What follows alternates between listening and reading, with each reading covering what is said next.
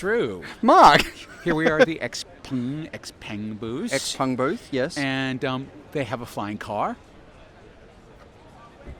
Flying electric car, we should point out. Yes. What do you reckon? I mean, just take a look at those propellers. I mean, they're big and spinny and fast, presumably, and noisy. And completely unprotected. Choppy. So, I mean, it's because it basically looks like someone took a drone and just scaled it up.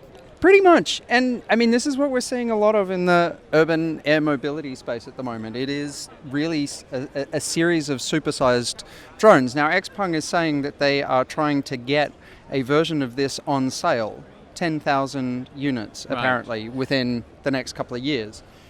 And I'm just imagining this flying around in a Sydney, landing in Chippendale, Surrey Hills, the eastern suburbs. I mean, it'll be quite a sight. Point Piper. Right, exactly. But, I mean, and of course, this has always been my question, because you take a look at Joby. Joby's designed to be very quiet. Right. This doesn't look that way. No, it doesn't. And, you know, I think as with so many of the questions around the electrification of transportation, the big outstanding question with this is infrastructure. Yeah. Right? How do you create the space for these types of vehicles to land and take off safely and charge? Well, and I guess there's a deeper infrastructure question, which is CASA. Right. Which is air traffic control. Civil Aviation Safety Authority. Right, exactly. So, and they're the overriding regulatory authority for this as well. So if you have these arbitrarily landing in Surrey Hills and Chippendale and Point Piper, although someone will probably have a helipad if they're in Point Piper, how do you actually control for all of the other air traffic that's around in the area? And this is, that to me, that was always going to be the great unanswered question about mass market VTOLs. Right, vertical exactly. takeoff and landing vehicles. Exactly.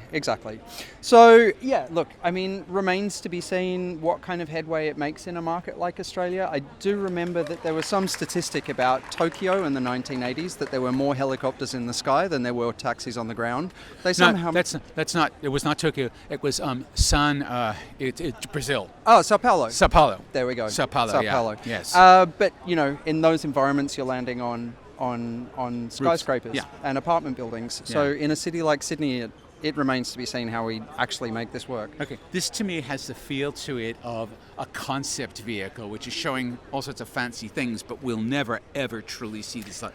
I think that's probably a pretty accurate read of what we're seeing on the stand here, Mark.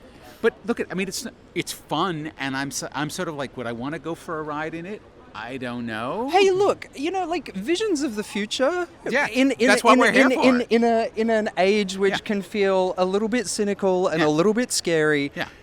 Having a bit of fun with something like this is, I'm totally up for it. But let's see it for what it is. It is a bit of fun. This is not the solution to our future urban mobility challenges. Yeah. This is not the UAV you're looking for. Exactly.